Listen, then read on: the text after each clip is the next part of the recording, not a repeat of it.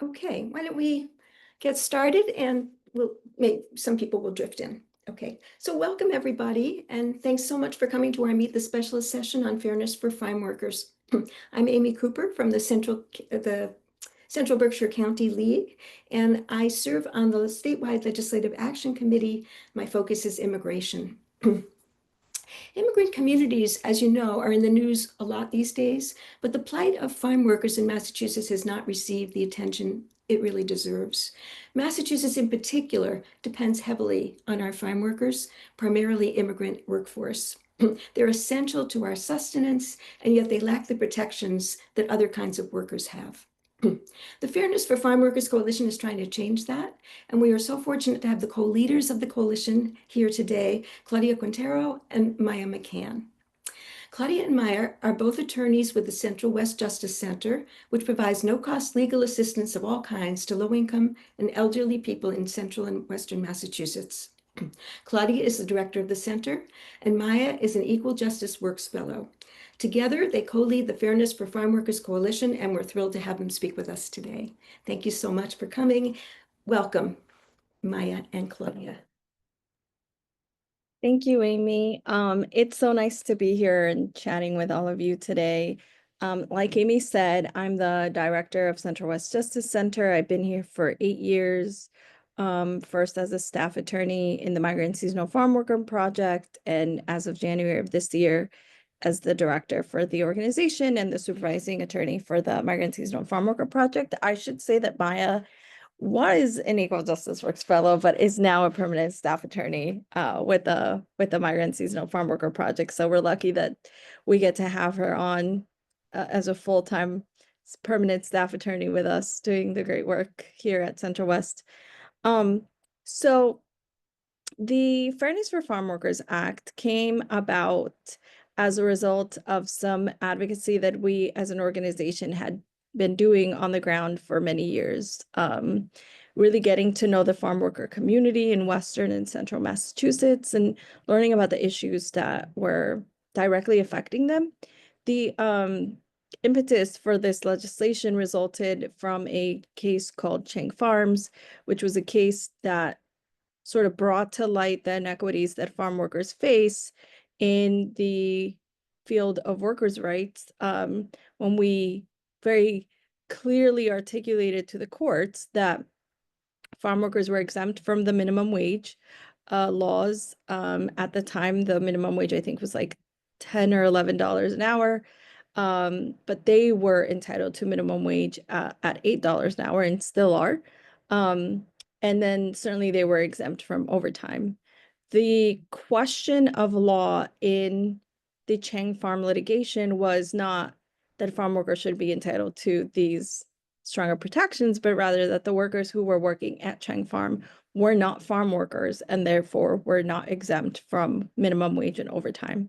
The case went to the district court in the state district court in Franklin County, and the court there ruled against us.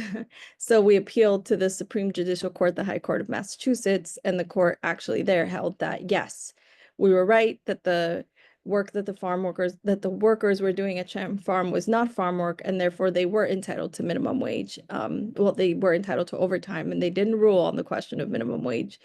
But therein lied the issue, right? We were like, why are we parsing through these very nuanced conversations about who should be entitled to overtime and who shouldn't, and who should be receiving minimum wage and who shouldn't? Why don't we just ensure that farm workers are under the state minimum wage and are allowed to earn overtime? And so we, in 2019, filed for the first time the Fairness for Farm Workers Act, which we've now been working on for the last 6 years. This is our third foray into filing this legislation. Every time we file it, it gets more and more refined. But this time that we filed it, we've really developed strong relationships with various stakeholders, including folks like you who are doing really incredible work of mobilizing people in the state on key and important issues. including immigration issues. The farm workers in Massachusetts, just to kind of give you a lay of the land, we have about 14,000 farm workers across the Commonwealth working on about 2,300 farms. The farms cultivate all sorts of things: cranberries, apples, peaches, strawberries, lettuce, asparagus, kale, squash, pumpkins, herbs, milk, dairy, cheese, all everything. Like we do have a pretty veritable array of things that we grow in Massachusetts. They might not be in such like huge quantities like you would see in California or bigger states, but certainly there's no shortage of things that we grow during the peak season. I mean, the reality is that because we're a small state and because of the weather, we tend to be more of a seasonal grower as an agricultural entity, but that doesn't mean that what we grow isn't veritable and like, very um diverse in terms of like the different cultivations. We grow Christmas trees and tobacco and all sorts of stuff.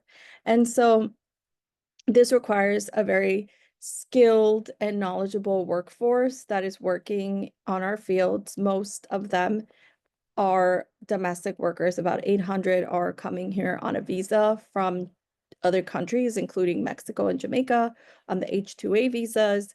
But out of about 1,000 H-2As, the vast remainder of workers are domestic workers that live and work in Massachusetts, many with families, many who've been here for years, and yes, some new arrivals from Central America. And so in looking at the history of this, we realized that like there's not a lot of strong protections provided to farm workers under the state law, and certainly not under federal law. And so in collaboration with workers' rights organizations, other stakeholders who work with the communities that we're working with, and farmers, because we've also been talking to farmers about this issue, we've proposed a revised version of our bill, which is currently sponsored in the West by Senator Adam Gomez and Representative Carlos Gonzalez, and on the East by Senator Jamie Eldridge and Representative Frank Moran. Right now, we have about 10 co-sponsors on our bills, and Maya's going to go into depth about what the bills entail. I put the link to our website in the chat. So I know there's a lot of information here. So if you want to go through our website and kind of go through some of our resources or news articles, stuff like that, feel free. But essentially, the goal is to protect workers, primarily an immigrant workforce, with stronger worker protections under state laws, and kind of create parity for states like Massachusetts to be a strong worker state like those in New York and California, Oregon, etc. So that's sort of like high level who we are, what we do, why this is happening. And I'll hand it over to Maya to maybe go a little bit more into the specifics. Awesome. Yeah, so I'll walk through exactly what the bills will do, and then if there's questions after, because I know it can be nuanced, and Claudia also just gave you a lot of information. We'd love to be able to answer anything that comes up for you. So essentially, we have two bills that are before the legislature right now, but we collectively refer to them as the Fairness for Farm Workers Act. It started as one and has been split strategically into two, so I'll just explain kind of what they do as a whole, and then let you know which bills they are. But as Claudia mentioned, our sponsors are Carlos Gonzalez and Frank Moran on the House side, and Adam Gomez and Jamie Eldridge on the Senate side. You can also follow along if it's helpful to you in the website that Claudia just put in the chat. If you were to click, what is it, learn more on the landing page, you'll see our fact sheet right there. So that might help if that's how you learn. So here's what our bill would do. As Claudia mentioned, right now under state law, farm workers are not entitled to the state minimum wage. Rather, they can be paid a sub-minimum wage of $8 an hour. They're not entitled to overtime. There's no guarantee of a day of rest. And farm workers often are working up to 11, 12-hour days. They can be required to work 7 days a week during the growing season, in heat, rain, flooding, all the different conditions that you can imagine. They're out working, trying to make the harvest happen. And so, as Claudia mentioned, in order to address some of these inequities that exist in wage and hour law, as well as the potential health consequences of really difficult, strenuous, repetitive labor in really difficult conditions, the bill will do the following.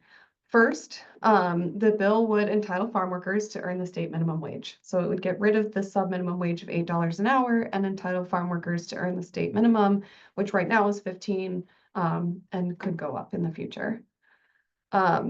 Second, the bill would provide farm workers with the ability to earn overtime. So under the current iteration of the bill, this would allow farm workers to earn overtime after 55 hours of work. So Claudia mentioned previously there was this distinction between who actually is a farm worker on a farm, and that's because under Massachusetts wage law right now, a farm worker is a person who's only performing primary agriculture, so planting, harvesting, that like first step. But everything else, the cleaning, the cutting, the packing, all that other stuff that might be happening on farms is considered secondary agriculture. And under the current wage law as it's written, that would not fall under the exemption. This is not a great situation for workers nor for farmers. So this is one of those points where we've really come together across the table, and have proposed a solution that would allow farm workers to earn overtime, which they're currently not entitled to, but after 55 hours, acknowledging that the weather and the seasonality of this employment is a little bit different, and it kind of strikes a compromise. However, a worker who's never doing primary agriculture, so someone who is just doing other jobs on the farm, working the ice cream stand, bookkeeping, the mechanic, those jobs are under current law and under our new law would be entitled to overtime after 40 hours. This overtime provision does exempt a few farms. There aren't many, but there are some operations where farming happens, where production happens exclusively indoors in like hydroponic settings where workers aren't really engaged in agricultural work outside, but they're more doing kind of like boxing or like almost factory work. So those types of places, while they may be called farms, would be excluded from the higher overtime threshold. The bill also provides the opportunity for farm workers to earn paid time off. So as I mentioned, while farm workers currently can be required to work 7 days a week, this bill would allow them to accrue up to 55 hours of paid time off that they could use to spend time with family, go to church, just take a rest for their bodies, what have you, without worrying about sacrificing wages. And then finally, the bill would entitle farm workers who are working more than 8 hours in a day to 2 paid 15-minute breaks. This was like a sticking point for one of our sponsors, Representative Gonzalez, who was just shocked by the long hours in 90-degree beating sun that our farm workers are enduring, and felt that a paid break on either side of lunch was absolutely critical so that they could take the time to go to the bathroom, get water, get shade, have their bodies cool down before returning to the difficult work that they're doing every day. And then finally, we included a tax credit in our legislation to support farm employers with paying some of the added costs of overtime premiums. So it would offset, it's a refundable tax credit that would offset 30% of the overtime premiums expended on overtime pay. The difference in like the two bills as filed is one bill contains the tax credit provision and the overtime provision, and the other bill contains everything else. It was a strategic decision to make sure that the bills got before certain committees in the legislature. It ended up being that 3 of our 4 bills are before revenue anyway, and only the House side of the minimum wage bill is before the Committee on Labor and Workforce Development. But we're not displeased with that because There are great members on the committees, including one of our sponsors. Jamie Eldridge is the chair of the Senate side of the Joint Committee on Revenue. And he's an incredible proponent of workers' rights and of this legislation. So we are feeling optimistic about our chances this time around. We've worked really hard to fine tune the language, to bring farmers in, to bring workers in, to bring health professionals in, and make sure that this bill really includes everything it needs to include to create the dignity and the protections that farm workers deserve. I know that's a lot, so if there are questions, please let us know. And also, Claudia, you can jump in if there's anything you want to add. The only thing that I will just add that I forgot to mention is that we've done a lot of data collection, and it does show that under the current wage systems, farm workers are twice as likely, or farm worker families are living in severe poverty at twice the rate of other families in the Commonwealth. The average salary the last time we ran it was like $12,000 or $13,000 a year.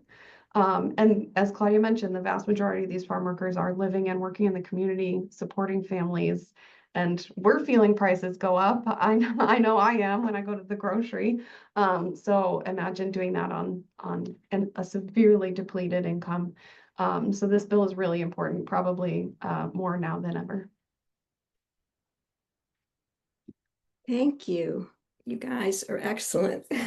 Thank you so much. That was wonderful and very motivating as well. You know, the league has supported this since the first filing, and we will continue to advocate for it, file testimony, whatever we can do. We have a couple of slides, one for each bill, that we will send around when we send a recording around. And so people don't have to hold all this in their heads, but we do have you know, something to lean on, these two slides. So we'll do that. And would you like to take some questions? Yeah, are you ready to take questions? But before the questions, Yeah. I think if I can make like a pitch, right? Because it's like, we're talking to you about this bill. Where do you fit in? Like as a consumer and as a member of the league. Massachusetts, in addition to the fact that Maya just said about farm worker families living in severe poverty 2 times compared to other families, Massachusetts is also one of the top states in the country that sells directly to consumers. So that really means that a lot of what is grown here stays here, and we all directly benefit from the work of farm workers. And so I think we would be remiss if we didn't mention the climate of where we are right now in terms of immigrant workers and the fears that they face in regard to deportation and, you know, the fears that they have, like even just going to work. And so right now, what our coalition has had to contend with is elevating the worker voice without putting workers at risk. And so thinking creatively about how do we support workers and be a worker-centered coalition or campaign. And to that end, I think workers would feel really valued and dignified and seen if they heard that people are standing behind them and supporting the work they do by calling their legislators, by saying, we want this bill to be passed, by saying we want our representative or our senator to sponsor this bill, and let the committee know that they support this bill. And so I think that living in fear and feeling undervalued as an individual by this country has made many workers feel like the work they're doing doesn't matter to anyone. And so I think I would say that. And I say that because right now, I'm at an event, and one of the biggest panels we just had was on immigration.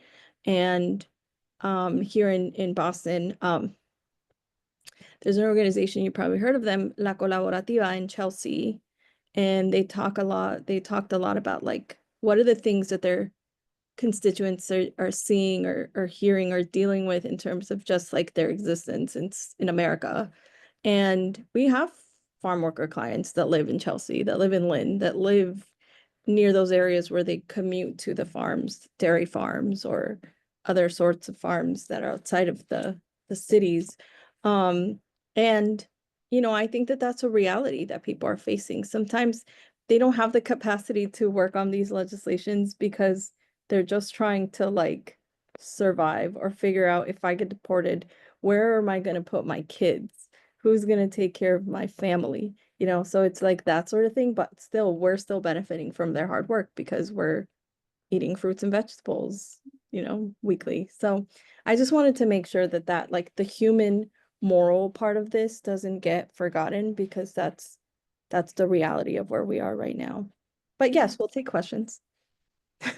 No, thank you. Thank you for, and the league, you know, we're well positioned to really work and support in the ways that you suggest. So, thank you.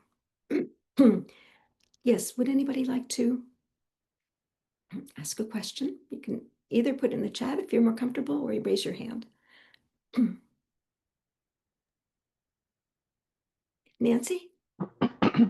Hi, I live out in Southampton, Pioneer Valley, and there have been lots of articles in our local newspaper about the plight of the farmers. And I think this is terrific, what you are all doing with this bill. And we will certainly try to get people to write to legislators and get them to co-sponsor. Do you still need more co-sponsors? Or at least to support the bill. We've had at least 2 farms that I know of in the Pioneer Valley that have ICE agents have come and removed some of the farm workers. So my first question is Massachusetts doing anything to support them specifically, local farm workers? And the second one is Massachusetts doing anything to support farmers financially for all of the cuts that have been made in the last 105 days or whatever? A lot of the farmers in our area were granted funds for conservation work in the fall. And that money was part of the $20 billion in President Biden's IRA bill for agriculture. So our farmers put solar panels on their roofs and got special machines for no-till farming and bought special seeds and invested a tremendous amount when they were guaranteed the funds for these contracts. And now, of course, they've all been stopped. They're gone. And they've lost their funding for their climate smart farming practices. So I'm wondering if at the state level, anyone is working to address these 2 issues, because our farmers are in such dire straits now. They've lost their farm to school programs. We were sending food to the Boston public schools last year. That's gone. We have lots of farms that are sending food to our local food banks. That support is all gone. And the number of people who need to use the farm banks is rising. So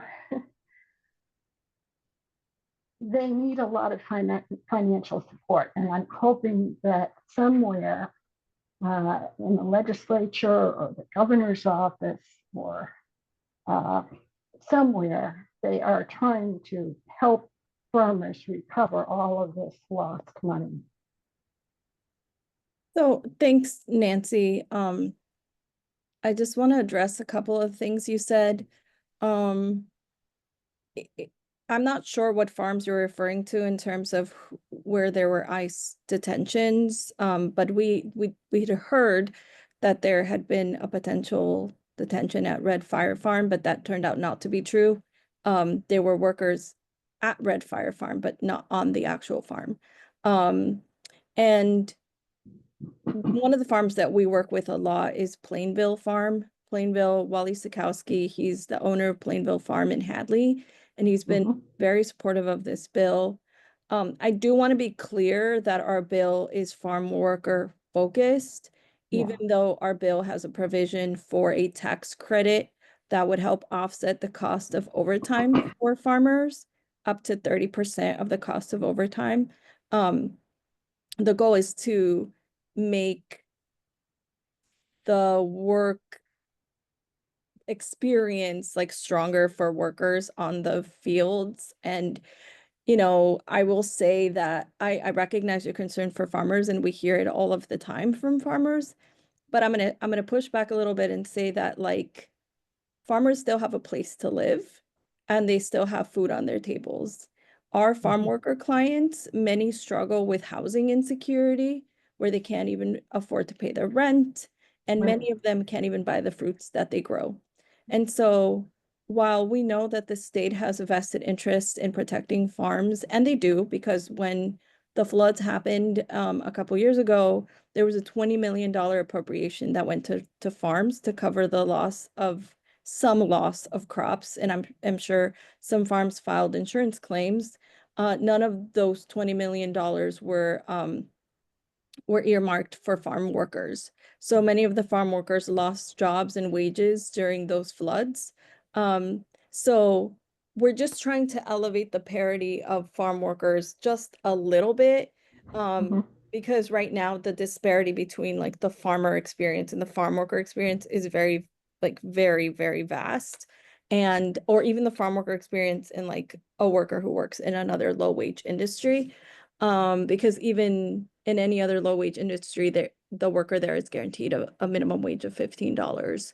Here, workers are, making 12, 13, but there's no guarantee of 15.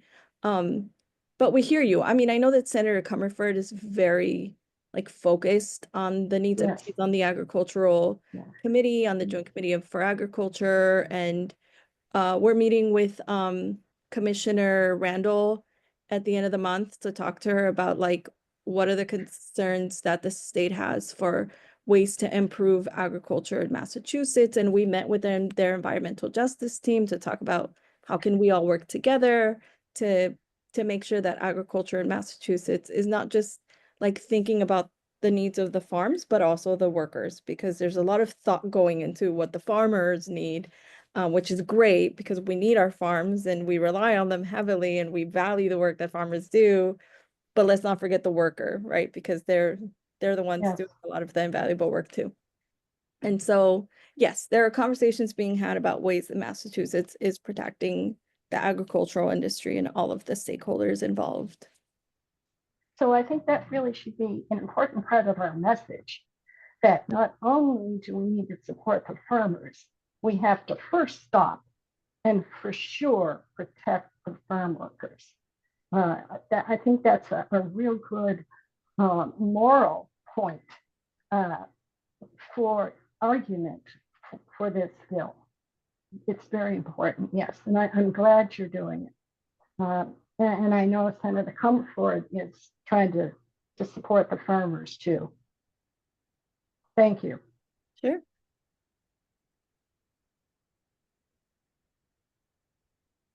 Questions? Anybody else? I think we're just absorbing at the A lot moment. of information. I mean, and if folks have questions afterwards, please don't hesitate to reach out to us. We're happy to either have another call or answer questions over email, whatever you think is going to help me, help us the easiest way possible. Yeah, that would be great. That would be great. Thank you. Thank Of course. And then on the website, there's also an opportunity to join a mailing list if folks would like to follow along on the campaign. We'll send out information about things as they happen. We'll obviously reach out to you directly, Amy, when we have a hearing date and stuff, but Yeah. want to sign on to the mailing list, we sometimes will share opportunities to get involved. And Wonderful. then on the website, we also have like a link with a drafted email to a representative. Sometimes I know it can be a lot to pick up the phone or take the time out of your busy workday. So we thought that might help folks. If you really want to send an email, it's already drafted for you. You can plug in, edit what you want, and it will send it to your representatives. So those are all different ways that you could get involved. But yes, please reach out if you have questions. That sounds great. That's it. We will. That sounds great. Yeah. I'm sure you have no idea of when the hearing might be. Do you have Not any yet. senses? We asked, but they don't quite have an idea yet. They're Yeah. still working through the bill assignments. Yeah. Okay, well, we'll stay tuned. We'll stay very tuned. Yeah, I can't thank you enough. I know you're extremely busy, and thank you so much for coming. Really, this is really valuable information, and we will support you. We'll continue to support you. Thank you. Thank you You for organizing. for sure. Pleasure. Yeah. Thanks for everybody for coming, and have a good afternoon. Okay, we'll be in touch. Thank you. Bye-bye.